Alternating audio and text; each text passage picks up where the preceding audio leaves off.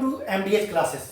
और ये सिर्फ मसाला नहीं है, ये है मसालेदार क्लास MDH। तो चलिए बच्चों, आज स्टार्ट करते हैं क्लास 10th का अपना पहला चैप्टर सिविक्स का, जिसका नाम है पावर शेयरिंग।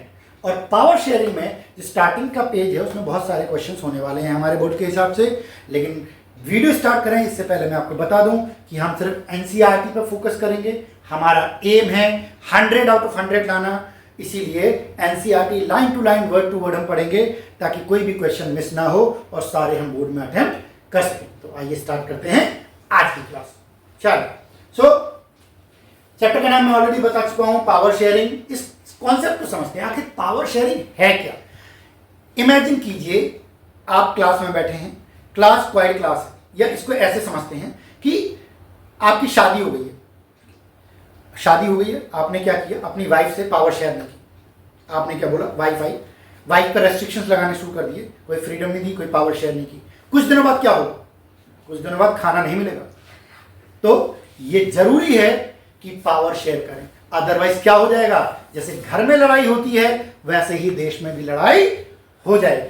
तो इसलिए पावर शेयर करना जरूरी है। और यहीं से हम स्टार्ट करते हैं अपना चैप्टर की फॉर्म्स ऑफ पावर शेयरिंग। देखिए, बेल्जियम और श्रीलंका की दो कहानियां हैं। ये वैसे ही है कि इसको ऐसे समझें कि बेल्जियम ने शादी की और अपनी वाइफ के साथ पावर शेयर कर दी। तो वहां पे क्या हुआ, वहां पे लड़ाई नहीं हुई, एडजस्टमेंट हो गया। श्रीलंका एटीट्यूड में था, श्रीलंका को बोला कि क्या दिक्कत है, हम पैट्रियाटिक सोसाइटी में रहते हैं, पैट्रियाटिकल सोसाइटी में है, मेल है, विमेन आएगी, हमारी बात सुनेगी। माइनॉरिटी में है क्योंकि वो बेचारी अकेली आई है, हम घर के इतने सारे लोग, हम उसको डोमिनेट कर लेंगे। और यहीं से कहानी शुरू होती है लड़ाई की। तो श्रीलंका में ये जो मेल है, मेल हस्बैंड है, वो है आपका सिन्हाला, और जो शादी करके लड़की आई है वो है तमिल्स, जिसको सिन्हाला ने क्या किया, एक्सप्लॉइट करने की कोशिश की। और इसका रिजल्ट क्या निकला, इसका रिजल्ट निकला सिविल वॉर। इसीलिए कहते हैं पावर शेयर करो। तो जरा इस पे आइए कि यहां से सारे के सारे एमसीक्यूज हैं आपके बोर्ड के। यहां से आते हैं कि बेल्जियम क्या है। बेल्जियम छोटी सी कंट्री है। बेल्जियम क्या है, एक छोटी सी कंट्री है। इतनी छोटी कंट्री है कि हरियाणा से भी छोटी है, और इसकी पॉपुलेशन भी हरियाणा से बहुत कम है, 1 करोड़ से थोड़ी सी ज्यादा है, राइट। बेल्जियम 4 तरफ से कंट्री से घिरी है, जिसको लैंड ऑफ कंट्री भी बोल सकते हैं। कोई भी ऐसा कंट्री जो चारों तरफ से लैंड से घिरा उसको लैंड ऑफ कंट्री बोलते हैं। लेकिन ये 4 कंट्रीज कौन कौन सी जिससे बेल्जियम बॉर्डर टच करती है, बहुत सिंपल। देखो, गर्लफ्रेंड नेवर लुक डाउन, मतलब ये होता है कि G से जर्मनी, F से फ्रांस, N से नीदरलैंड, L से लग्जमबर्ग। तो इसका मतलब यह है कि girlfriend never look down. Obviously बात है, अगर इंपॉर्टेंस नहीं दोगे, इंपॉर्टेंस दोगे तो शी नेवर लुक डाउन, और इंपॉर्टेंस नहीं दी तो she will definitely look down. तो इसीलिए नॉर्थ में क्या हो गया, नीदरलैंड, L से क्या हो गया, लग्जमबर्ग, F से क्या हो गया, फ्रांस, G से क्या हो गया, जर्मनी। ये चारों इसके बॉर्डर्स हैं। पॉपुलेशन इसकी 1 करोड़ से लगभग थोड़ी ज्यादा है। लेकिन यहां पे जो सबसे बढ़िया ट्विस्ट है वो ट्विस्ट है आपका एथनिक ग्रुप। एथनिक ग्रुप क्या होते हैं, देखिए, एथनिक ग्रुप होते हैं एक ऐसे लोग जो सेम कल्चर, सेम ट्रेडिशन को मानते हैं। और यहां पे जो है एथनिक कॉम्पोजिशन बहुत दिक्कत वाला है। अब जरा इसको ऐसे समझते हैं, मैंने अभी आपको एक कहानी बताई, मैंने कहा एक लड़की है, शादी करके एक नए परिवार में आती है। अब उस परिवार में दादा दादी हैं, हस्बैंड है, बुआ है, फूफा है, ज्वाइंट फैमिली है, और सबके अलग अलग टेंट्रम हैं, सबका अलग अलग एटीट्यूड है। तो इसमें एडजस्ट करना कितना मुश्किल होता है। अब ऐसी सिचुएशन में जो हेड ऑफ द फैमिली होता है उसको परिवार को संभालना मुश्किल होता है। वैसे ही बेल्जियम में जो एथनिक कॉम्पोजिशन है वो क्या है, देखिए ये रहा। 59% जो है वो आपके डच हैं, और जो कहां रहते हैं, फ्लेमिश रीजन में रहते हैं। 40% आपके वेलोनिया में रहते हैं, फ्रेंच स्पीकिंग पीपल है, और 1% आपके बेल्जियंस हैं जो जर्मन स्पीकिंग है। ये रहा एथनिक कॉम्पोजिशन। इस एथनिक कॉम्पोजिशन में सबको खुश रखना, सबको संभालना, ये तो बहुत मुश्किल की बात है। लेकिन ट्विस्ट तो यही है, बेल्जियम ने अपना कॉन्स्टिट्यूशन इस तरीके से फ्रेम किया, 4 बार भले उसको चेंज करना पड़ा, लेकिन उसने इस तरीके से चेंज किया कि जो लोग थे किसी को भी किसी भी तरीके की प्रॉब्लम ना हो। जो ब्रुसेल्स की जो कैपिटल है बेल्जियम की, उसका नाम है ब्रुसेल्स। अब यहां पे एक बहुत बढ़िया ट्विस्ट बनता है। ट्विस्ट क्या बनता है, देखिए, कैपिटल में जो कि ब्रुसेल्स है 80% फ्रेंच पीपल रहते हैं और 20% डच रहते हैं। ये कहां की बात कर रहे हैं, ये बात कर रहे हैं हम आपके कैपिटल की।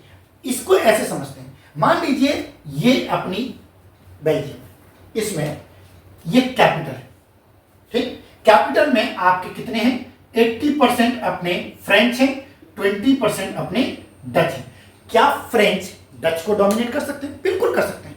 फ्रेंच 80 है, डच 20 है, आपकी क्लास में 80 गर्ल्स हैं, 20 बॉयज हैं, डोमिनेट कौन करेगा? गर्ल्स ही करेंगी, ऑब्वियसली बात है। तो फ्रेंच ने डच को बोला चलो कंट्री खाली करो, यहां नहीं रहना। क्या करें बेचारे?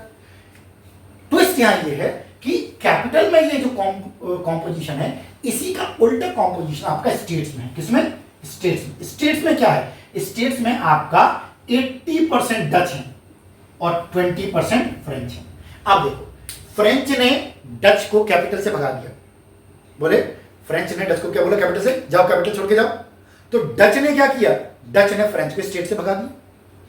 इसका मतलब यह है कि दो क्लासेस हैं, इसको ऐसे समझते हैं कि एक सेक्शन ए है, एक सेक्शन बी है।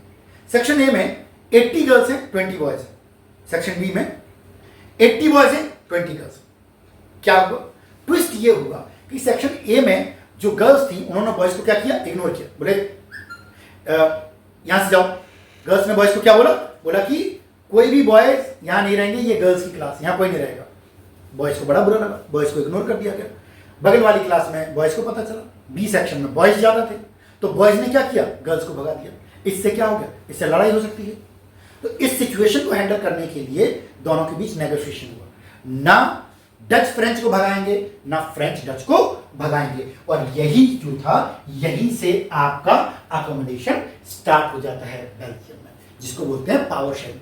पावर शेयर कर दी ना, फ्रेंच ने डच को पावर दे दी और डच ने फ्रेंच को पावर दे दी। लेकिन 1950 से 1960 तक जो टेंशन थी डच और फ्रेंच के बीच, वो बनी हुई थी। क्यों बनी हुई थी? जरा ऐसे समझते हैं। इंडिया में जैन माइनॉरिटी में है, और माइनॉरिटी में जो जैन है, अगर उन्हीं को एजुकेशन भी मिले, उन्हीं को सारे रिसोर्सेज भी मिले, तो जो मेजॉरिटी में उनको बुरा नहीं लगेगा? बिल्कुल लगेगा। तो इसी तरीके से जो माइनॉरिटी में थे उनको यहाँ पे मेजॉरिटी क्लास से दिक्कत होने लगी, और ये थोड़ा टेंशन का एक टाइम आया था 10 साल का। लेकिन उसके बाद ये जो अपनी बेल्जियम गवर्नमेंट है, बेल्जियम गवर्नमेंट ने इस तरीके के अकोमोडेट किया कि किसी भी को भी कोई इशू ना हो।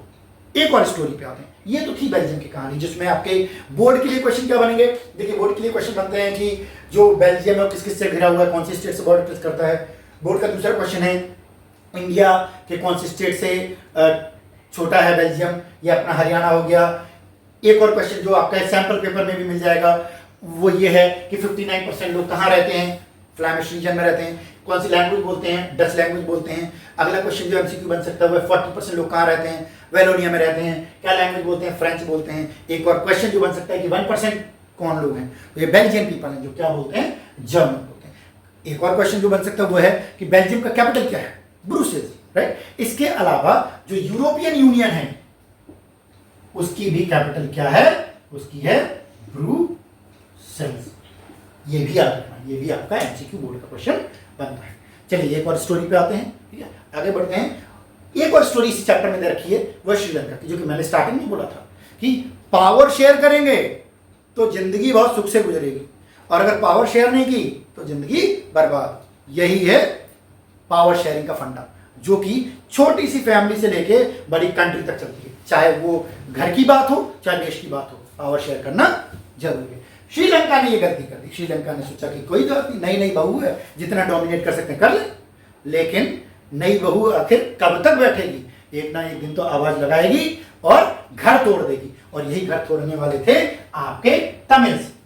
कैसे? जरा इसको समझते हैं। देखिए, तमिलनाडु है कहां? ये सबको पता है। जब हम इंडिया की बात करते हैं तो यहां पे ये श्रीलंका वाटर ड्रॉपलेट की तरह है, छोटा सा है, छोटा आइलैंड है, ठीक।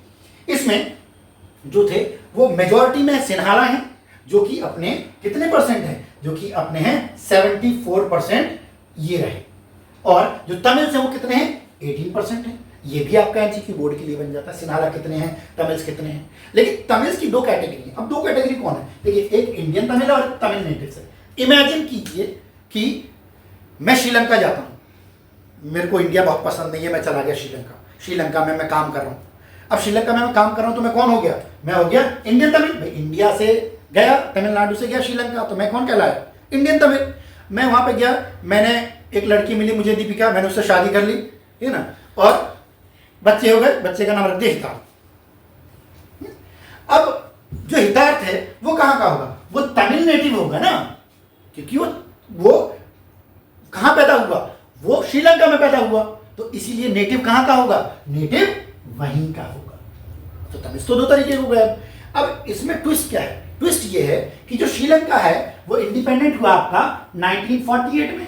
अब इंडिपेंडेंट हुआ तो सबने लड़ाई लड़ी होगी, तमिल्स भी लड़े होंगे, आपके इंडियन तमिल भी लड़े होंगे, श्रीलंकन तमिल भी लड़े होंगे, सिन्हाला भी लड़े होंगे, लेकिन मेजॉरिटी किसकी थी? मेजॉरिटी सिन्हाला की। तो सिन्हाला ने क्या किया? सिन्हाला ने बोला कि डोमिनेंस हमारा रहेगा, कोई भी राइट्स हम तमिल्स को नहीं देंगे, तमिल्स श्रीलंका को छोड़ के चले जाए। बेचारे तमिल्स गए, रिक्वेस्ट की, बोला कि हमें कुछ मत करो, हमें थोड़ा सा एरिया ही दे दो, लेकिन बार बार तमिल्स को इग्नोर करने की वजह से तमिल्स ने क्या कर दिया? तमिल्स ने फाइनली सिविल वॉर स्टार्ट कर दिया, जिसकी कहानी आपने सुनी होगी कि LTT करके एक जो ग्रुप था, जिसकी वजह से राजीव गांधी भी बाद में इंडियन प्राइम मिनिस्टर जो थे वो मारे गए थे, जो कि हम आगे बढ़ेंगे, लेकिन इसमें अभी MCQs पे बात करते हैं। तो हमने ये पढ़ लिया, आइलैंड नेशन है, तमिलनाडु के साउथ में है, पॉपुलेशन 2 करोड़ है। आपने देखा था बेल्जियम में कितनी है? बेल्जियम में वो ओवर 1 करोड़ है। श्रीलंका में कितनी है? मोर देन 2 करोड़ है। हमने ये भी पढ़ लिया सिन्हाला 74% है। तमिल्स 2 कैटेगरी में डिवाइडेड है। इसके अलावा देखिए ये जो है north eastern part, north and east, तो अगर श्रीलंका की बात करें तो ये रहा नॉर्थ और ये रहा ईस्ट। इस पार्ट में जो कि आपका मैप में भी दे रखा है, इस पार्ट में कॉन्सेंट्रेटेड है सिन्हाला। जो बेसिक रिलीजन है, ज्यादातर सिन्हालीज जो है वो बुद्धिस्ट हैं, तो इसीलिए श्रीलंका का रिलीजन भी क्या होगा? बुद्धिस्ट ही होगा। लेकिन तमिल्स जिनको इग्नोर किया गया, उनका या तो तमिल हिंदू है या तमिल मुस्लिम है, और क्रिश्चियंस भी श्रीलंका में जो थे वो 7% थे। तो ये था आपका इस चैप्टर का इंट्रोडक्टरी पार्ट, जिसमें से MCQs आते हैं।